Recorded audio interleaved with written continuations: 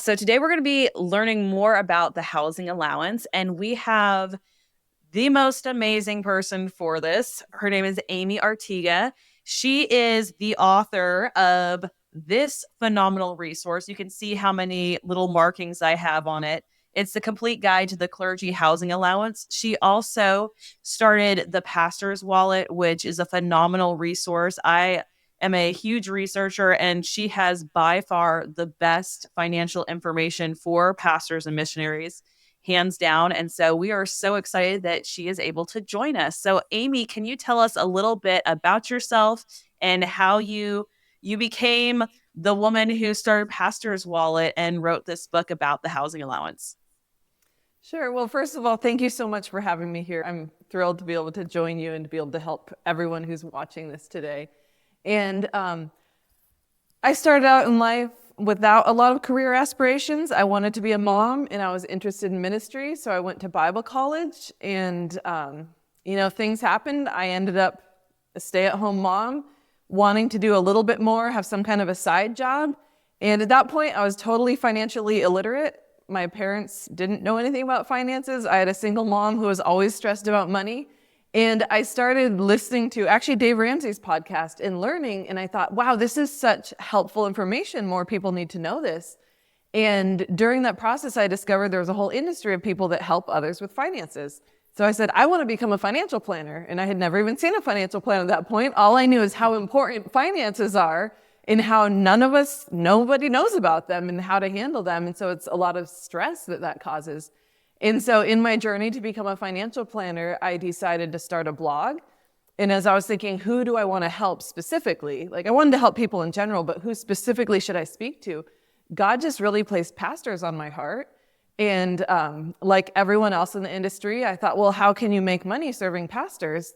And God said, well, serve pastors. And I said, okay, who cares about the money? You can figure that out. I will serve pastors because that's what you're asking me to.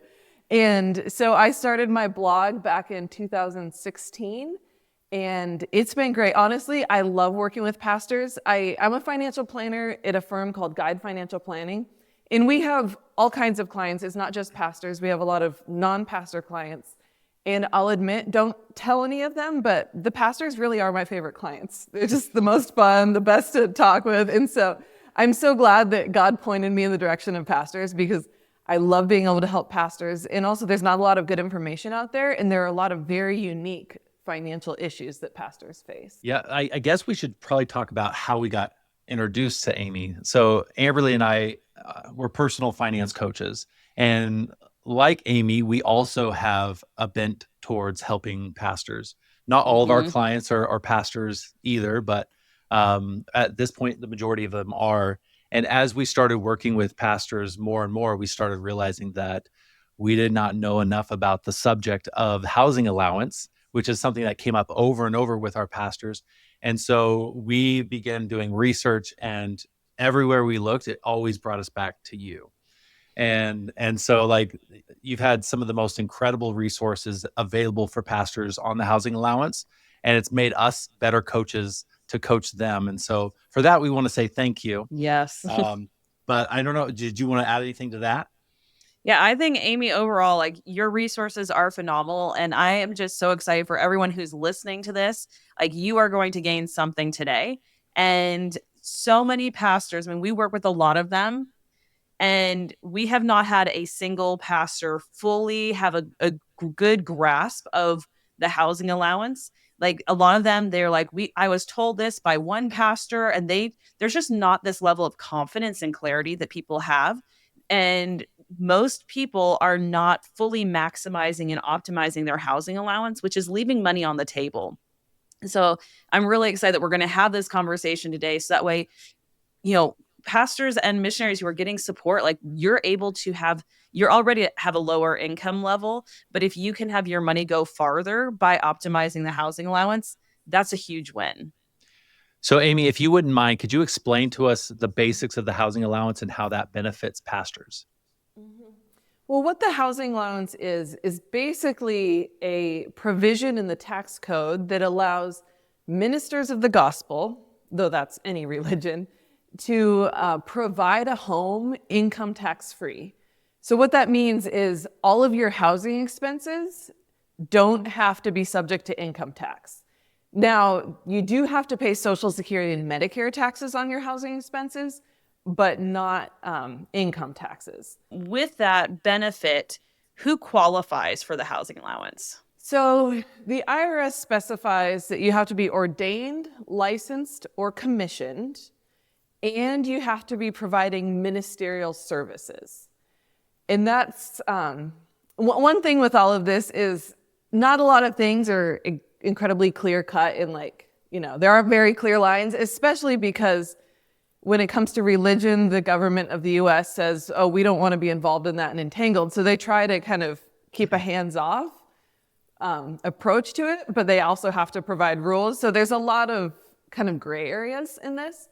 But ministerial services, it can be your traditional pastoral position, in a church, or it can be leading a religious school, missionary work. There's a lot of different things that qualify in the IRS documents, and their publications specify, but it's not always clear cut. And sometimes you just have to say, okay, does this job require a minister, require someone that's ordained, or could anyone do this job and I happen to be ordained? But basically you have to be ordained, licensed, or commissioned and providing ministerial services. So ordained, licensed, or commissioned, does that mean that there has to be a specific level of education, or does it just basically essentially mean if the organization they're working for sees them as a pastor or as a minister, that's good enough? Basically the second one, if the organization sees you as that. But you do have to be ordained, licensed, or commissioned, by a church. And they use those three different words because each organization uses them differently. There are some denominations where being licensed is very different than being ordained, and they don't consider someone who's licensed to be a minister. Whereas in others, it all means the same thing. Everyone's a minister. So it kind of depends on the organization you're in, but it's more if the organization or if your church or if your denomination views you as a minister, then you are one. Do they need the title of pastor, or do they just need to have the role, like the type of work that a pastor does? Yeah, it's not the title, it's what you're actually doing that matters. Okay. And that there's some sort of commissioning or You have some kind of recognition from your religious organization saying that you're not a lay person, you're a clergy member.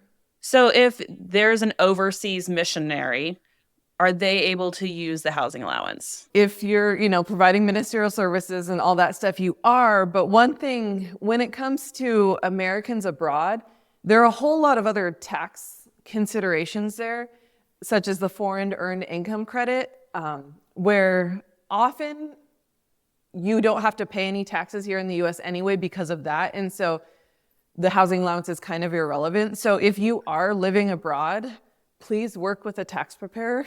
Because so in my financial planning, anytime I build a financial plan, I always review the client's tax return for tax planning purposes. And I'll say 50% of the time for pastors, there are mistakes on the tax return, even if they're working with a professional. I have never come across someone living abroad that was doing their own taxes and doing it right. So If you live abroad, please work with a professional, and likely the housing allowance won't be relevant to you because of the other tax provisions available. And if you're a pastor, work with a tax professional who knows about clergy taxes. I actually have a list on my blog because everyone's always asking me, how do I find a tax preparer who understands this? Because most financial professionals, whether they're financial planners, CPAs, tax preparers, really don't understand any of the clergy finance and housing allowance, because it is such a unique thing. So I highly recommend finding someone that actually understands it and working with them. And if you're looking for a tax preparer, I do have a list of tax preparers on my blog. So one of the biggest fears that I hear from pastors when they're working on this, in fact, I talked to a pastor today and they just said, well, I grossly underestimate how much I am going to do because I don't want to estimate too high and then get in trouble by the government. So there's obviously IRS guidelines for these pastors. Could you kind of walk us through that? What I've seen online, there's not a lot to it, right? It's kind of a broad thing that you kind of have to define yourself? Would you say that's right? Or how would you explain the guidelines for the IRS? Well, first of all, if you feel that way, you're not alone. That's a very common sentiment. Everyone's like, IRS, no, I'm just not going to do anything because I don't want to do the wrong thing. And that's totally understandable, but you don't really have to be that scared with the housing allowance. Unless you're intentionally doing something wrong, then you shouldn't do that. But likely you're not going to get into trouble. So the housing allowance has limitations. It's limited to the lesser of 4 different things. So whichever of these 4 things is the least. So your ministerial compensation. So if you work a secular job and a ministry job, you can only take a housing allowance from your ministry job, not the secular job. But you can take all of your ministry compensation, up to 100% as housing allowance. So that's one of the limits. The second is the designated housing allowance. So your church or organization has to actually designate the allowance ahead of time in writing. And there's various ways they can do that. It can be in an employment letter, a budget line item, meeting minutes. It just has to say, we're going to pay this person this amount as a housing allowance. So it has to be designated in advance. And then also the fair market rental value of your home. So whatever a stranger, if they walked in and decided to live in your house, whatever they'd pay to do that, that's another limitation. And then your actual expenses. So you have to look at all 4 of those numbers and pick the smallest one. And like you said, a lot of people in ministry are afraid of, I don't want to get in trouble, so I'm just not going to claim very much, or I'm only going to claim my rent and nothing else. And really, you're just missing out on tax benefits when you do that. There is no penalty for requesting too much housing allowance. So for example, you tell your organization, I want $30,000 in housing allowance, but then you only spend $26,000. There's no penalty. You're not going to get in trouble. All you do is add that extra $4,000 that you didn't use for housing back to your taxable income on your tax return at the end of the year. And so I always tell people to, estimate what your housing expenses will be and then increase that by 10%, because you never know when your water heater will go out, or when, your kid's going to outgrow their bed, or they break their bed and they need a new one. You never know when things like that come up. So I always tell people to overestimate, because it's really easy at the end of the year to add that back into your taxable income. But if you underestimate, then you're just missing out on that tax benefit. So I guess one of the negative drawbacks is if you overestimate and then you add it back in, then you may owe some taxes back.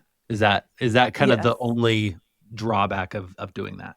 That's the biggest thing. In some situations, it might, if you're trying to max out a 403B, it could limit that a little bit, some little things like that. But the biggest thing would be if you do end up owing in taxes. And if you're afraid of that, you can always just have more withheld from your paychecks, or just make sure you have some money in a savings account. There are underpayment penalties that the IRS does if you way underpay, but usually that's not a big issue. But yeah, you can always just withhold a little bit more if you're worried about that. So Amy, you brought up furniture, like buying a bed. I think a lot of pastors don't realize that you could actually even do that with your housing allowance money. So could you just share some of the qualifying housing allowance items that a lot of pastors and missionaries maybe neglect or don't realize that they have available to them? That's very common. People think utilities, rent, mortgage, period. But really, it's a lot bigger than that. The way it's worded in the tax law is to provide a home. So it's whatever required to provide a home. So this chair qualifies, the pictures on the wall qualify, the fake tree qualifies. So things like, decorations, your furnishings, sheets, towels, things like that. There are some things that don't qualify, like your clothes. That's not a housing expense. Your food, that's not a housing expense. And then maid services, that's how it's worded, meaning it's probably from a really old tax court case, because I don't think a lot of people use the term maid anymore. That doesn't qualify, but a yard guy does. And so there are a lot of expenses that do qualify. People always ask me, where's the list? And there's not a specific list of what qualifies, because the IRS hasn't written it out. The only way we've gotten a list of what doesn't qualify is from tax court cases, where basically someone, they try to claim it on their taxes. The IRS says, no, you can't do that. And they say, no, I think I can. Let's go to court. And then a judge decides. So there's a really short list of what's not allowed.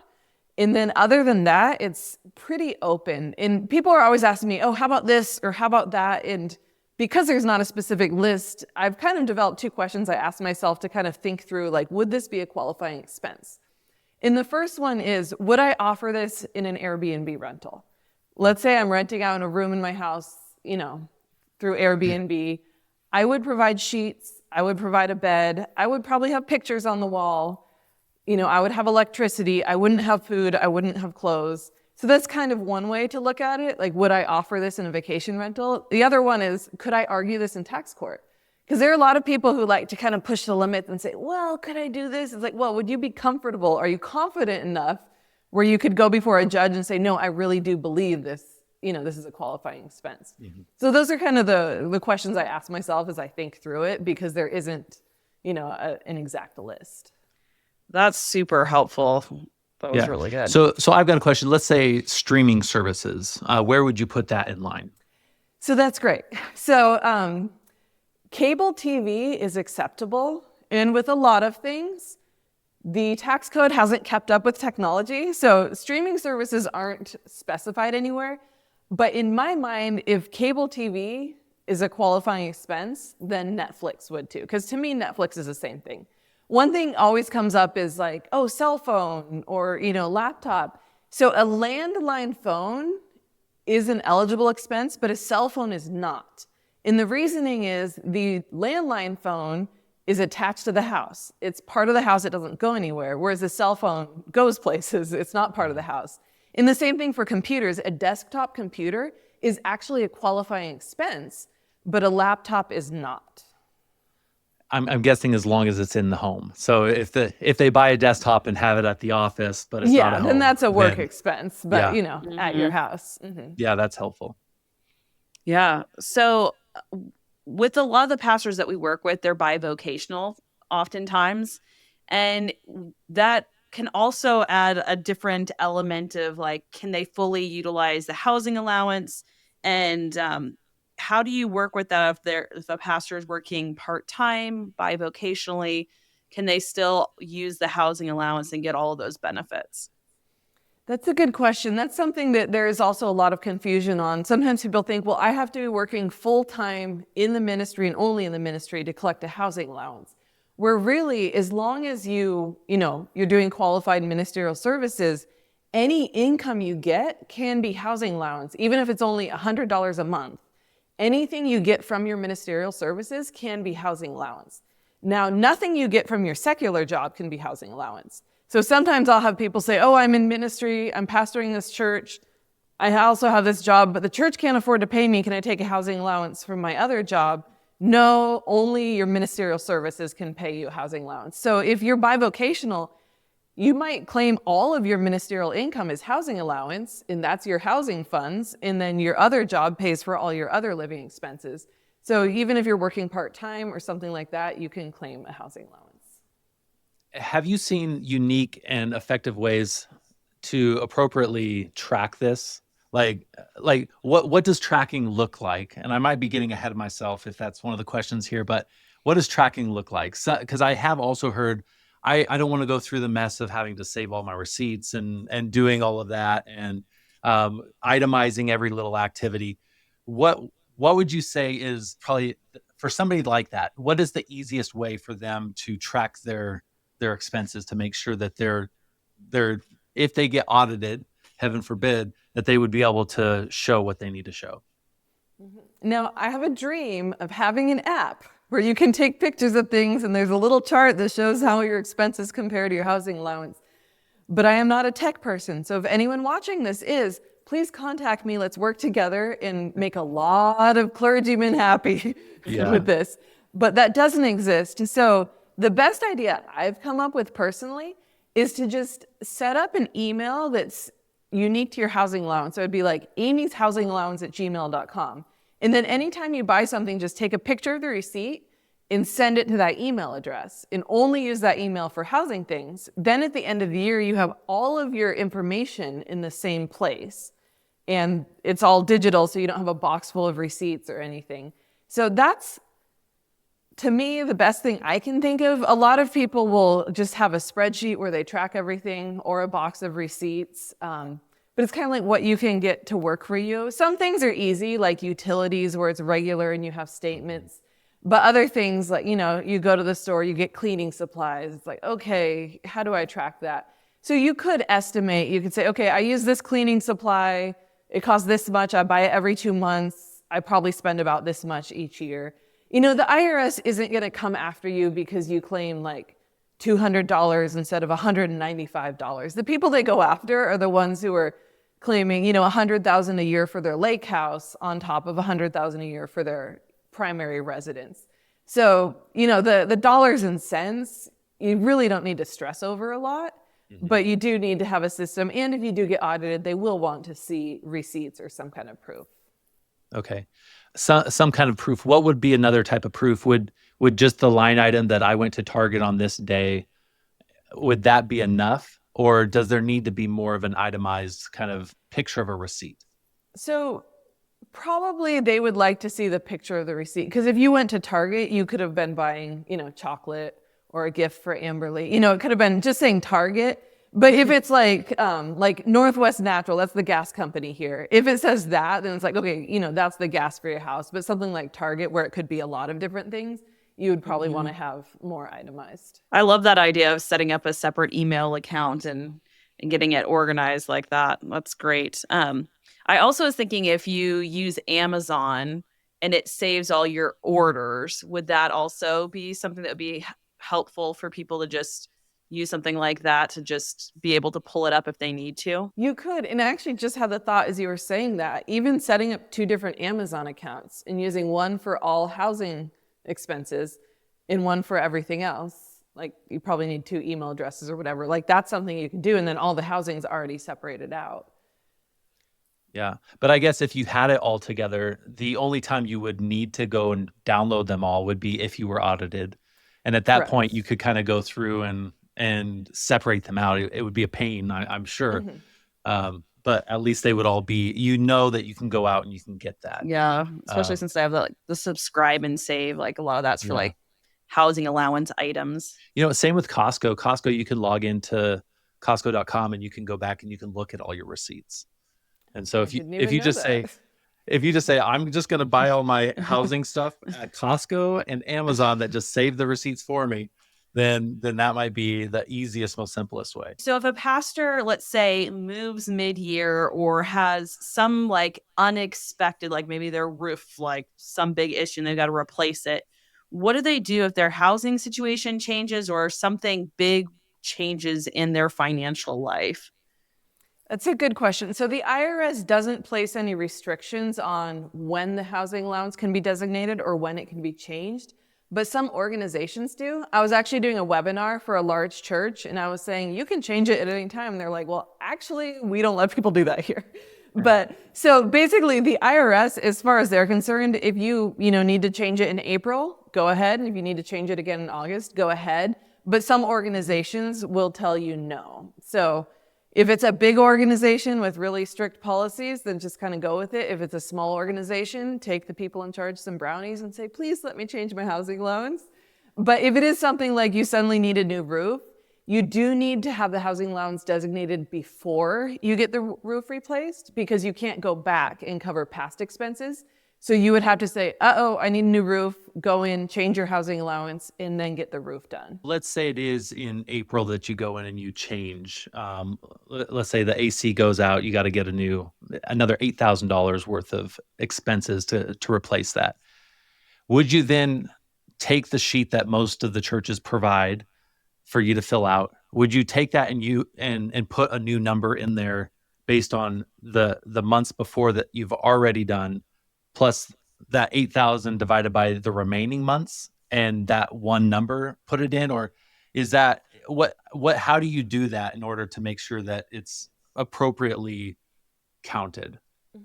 So if it were like a new $8,000 expense, but everything else is the same, I would see, okay, how much time is left in the year to spread that $8,000 over what's left in the year and just increase it by whatever that is, divided by how many paychecks you have. If it's something where you're totally moving to a new house, you'll need to calculate everything again. But basically, the first part of the year, those expenses will be what you got paid then. And then, after you change it, that covers what comes after that. Now, does the IRS require a certain particular type of information that you submit to your church so that they can give it to you? Like, are there certain parameters that you have to have inside of that? No, the IRS, they're not really asking for anything. Pretty much when it comes to the housing allowance, all they're asking for is that the church puts it in writing somewhere. Mm-hmm. So some churches will require a form or different things like that. But all the IRS wants to see is that they put it in writing somewhere, and then that you're paying the proper Social Security and Medicare taxes on it at the end of the year. But they don't have certain forms, or they don't even specify like how the church designates it. They just want to make sure it's done in writing and done ahead of time. Okay. That's great. So I would love if you could share your insight and wisdom on how pastors can get these housing allowance benefits, not just now, but in the future after they're retired. And before you answer that, I also have to say I've talked to countless people who do planning, financial planning, and they have no clue the difference between the housing allowance and so I've seen a lot of these professionals tell pastors to move their 403b into something else, which is a bad idea. Yes. And I have to give a shout out right now. So the whole housing allowance and retirement thing, this is something I actually learned from Ben Wasick, who I work with. He's the founder and owner of the financial planning firm where I work, because I didn't know about that. And then when I met him, he mentioned it. I was like, ooh, will you write a guest blog post for me?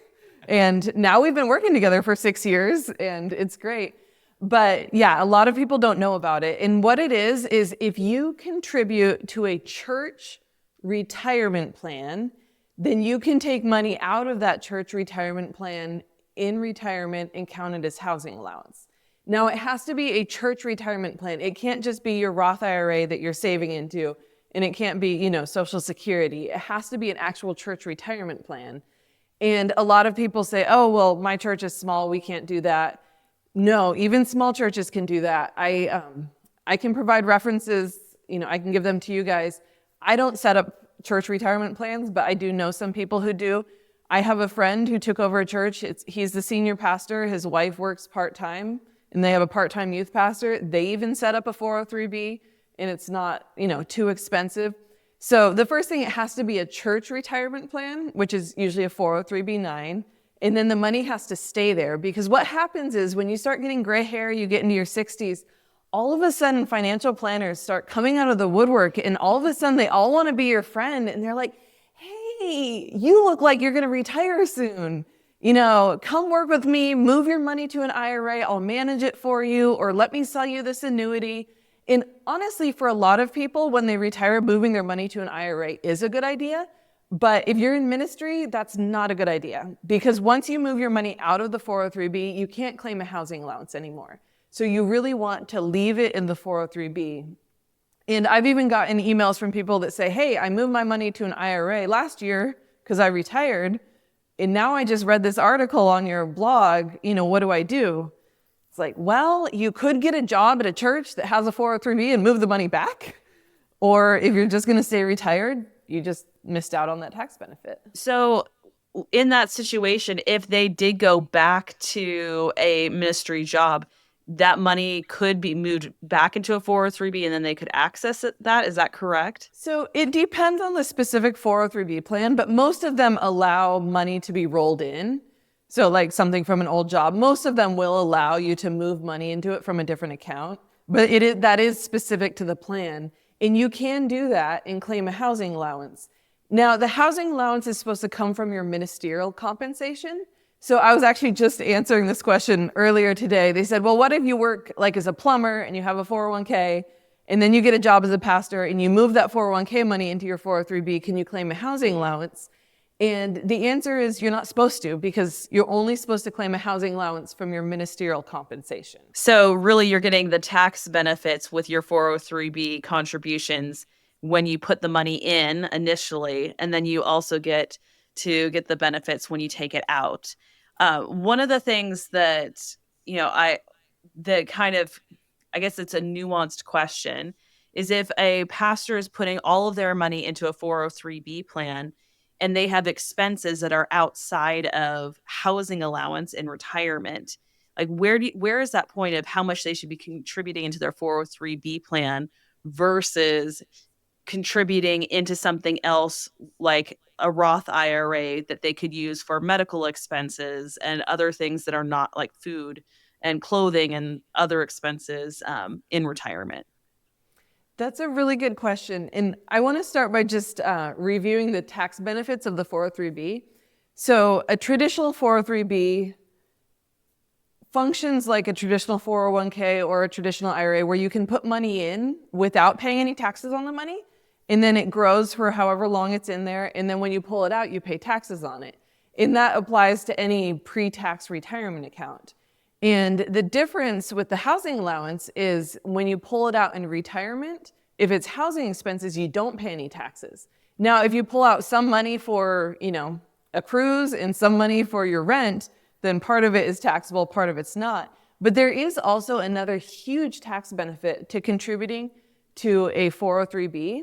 And that is if you have not opted out of Social Security, anything that you put into the 403b through payroll deductions is not subject to Social Security and Medicare taxes. And so the reasoning behind that, and this is unique only to pastors or people in ministry, because when you're in ministry, you have a lot of unique tax things, but one of them is that you pay Social Security and Medicare taxes as if you're self-employed. So a regular employee, as they go about, they get their paychecks, they put 7.65% of their income goes towards Social Security and Medicare taxes, and then their employer does the same thing. And that's on an ongoing basis each paycheck. But ministers pay as if they're self-employed, which means there's no one pulling it out of their paycheck. Churches actually aren't allowed to withhold those taxes. Instead, they calculate them when they file their tax return on what's called Schedule SE. And so when you get your W-2, the number that says on there is taxable income is what you use to calculate your self-employment taxes, your Social Security and Medicare, that and your housing allowance. But the point here is that your 403b contributions don't show up as taxable income on your W-2 because that's already been taken out. So when you file those taxes, you don't pay those. And that's actually really huge. Not too long ago, I know it was in the past year, I actually did an article on my blog where I calculated it out because I was doing these financial plans for pastors and they were saying, my 403b is, an IRA is a lot cheaper. I can get a really cheap mutual fund at Vanguard, and what's in my 403b is a lot more expensive. So where should I be putting the money? And so I calculated it out, and the numbers I used was, a target date fund from Vanguard is like 0.08%, and there was a denomination I had worked with recently, theirs was 0.8%. So it was 10 times as much, the fee. But with the Social Security and Medicare tax savings, it was much better to put the money into the 403b. And so I do have an article with those calculations, and there's even a spreadsheet that one of my coworkers put together. He's a spreadsheet whiz, and he put it together where you can kind of see the value of the housing allowance and compare it. But in a lot of cases, if you are paying into Social Security, even if you have more expensive options in your 403b, you're better off putting your money into the 403b. Now, if you've opted out of Social Security, you might want to, split it between the two or something like that. Something that happens with, we've done with some of our clients is, they get to retirement and they have a bunch of money in their 403b, and we look at that and say, there's no way you're going to spend all that on housing. And so we'll take some of it and move it to an IRA that has lower fees and more flexibility. But we always make sure to keep enough to cover housing expenses in that 403b. That makes sense. Yeah, that's that's really helpful. good. Yeah. So, Amy, do you have any other wisdom that you want to share with us? Anything else that you feel like would be really helpful for people? This has been great. Gosh, there's so much I could talk all day. I guess Too big of a just door. take the time to learn about this or find people to work with that know about it. There's not nearly as much information online for clergy as there is for a lot of other things, but there is my blog. There are other blogs. There are some 403b providers and denominations and tax preparers who do have information out there. So take the time to learn about it or work with someone who knows about it, because there are actually a lot of great opportunities available to you. Things like the 403B and saving on those Social Security taxes, or maximizing your housing allowance, saving on income taxes. That goes a lot further than just the income taxes you pay, because that affects what your taxable income is, and that can affect a number of different programs. So for example, if you have a child going to college, you fill out the FAFSA, and it used to be that you would have to include your housing allowance on there, but when they simplified it a year or two ago, they were trying to cut out a lot of things, and so they totally cut that out. And so now pastors, your income on the FAFSA does not include your housing allowance. So your housing allowance can increase, the student financial aid for your kids. They can get more scholarships because of your housing allowance. And then things like the Obamacare subsidies, the premium tax credit, when you're buying healthcare on the exchange, that doesn't include your housing allowance and income, so you get a bigger subsidy. And so it can affect a lot of different things. So I would say, learn about it, understand it. If you're like, I don't know anything, find someone that does know. And don't let fear stop you. Don't say, I don't want to get in trouble with the IRS, so I'm just not going to do anything. Because a lot of people do that, but you're just missing out. So I'd encourage you to learn about it, work with someone that knows about it, find someone, and make sure you're taking advantage of this. Because ministry work isn't usually the most lucrative. I'm guessing you're not very wealthy because you didn't get into it for the money. It's because you want to serve people. And because of that, you have to be even more careful with the money you have. And this is a good way to make your money go further. Yeah. One of the things that we were looking at when we were really trying to help these pastors and missionaries that we're working with is that, especially the missionaries, they have to raise support, and they're bringing money in so that they can go out and they can do what they're doing. And if we can give in an integrity way less to the government, that leaves more in your pocket to be able to do ministry. And so anywhere we can cut and bring in more income into the household, we just see that as a huge win. Yeah. It's good. Yeah. So Amy, tell us, where can the listeners find you? I know you have a Facebook page, a community there. I know you've got your book, which we highly recommend, and we'll make sure we have a link and to you that. can purchase that on Amazon. Yeah. Is there another place other than Amazon as well that you can get that? No, it's just Amazon. And I think there are only 2 books about the housing allowance there. So if you type in Clergy Housing Allowance, you'll find it. There'll be like 2 of them. Or you can type in my name. But the best place is probably just my blog, which is pastorswallet.com. And that has all kinds of resources. And then it also has links to, if you're looking for financial planning, you want a little bit more in-depth personal help where you have analysis and kind of looking at, okay, how much should you be saving for retirement, and where should you be saving it? How are you set up with your investments, your taxes, all that kind of stuff. I do have a link on my blog to my financial planning firm where you can do that. And then I also offer educational consultations. So if you're just like, well, I don't understand this, I wish I could just pick your brain for 15 minutes, I have a link for that on my blog. And you can connect with me just like 15 minutes or 30 minutes, just get the information you need and nothing more. There should be links to everything on Pastor's Wallet pretty much. Thank you so much. I really appreciate you taking the time out of your day to do this with us. And we're excited that this will be such an amazing resource for everyone who listens. Yeah, we appreciate it. Yeah, it's my pleasure. And thank you to everyone watching for your ministry and everything you're doing for the kingdom of God. We really appreciate it. Yes.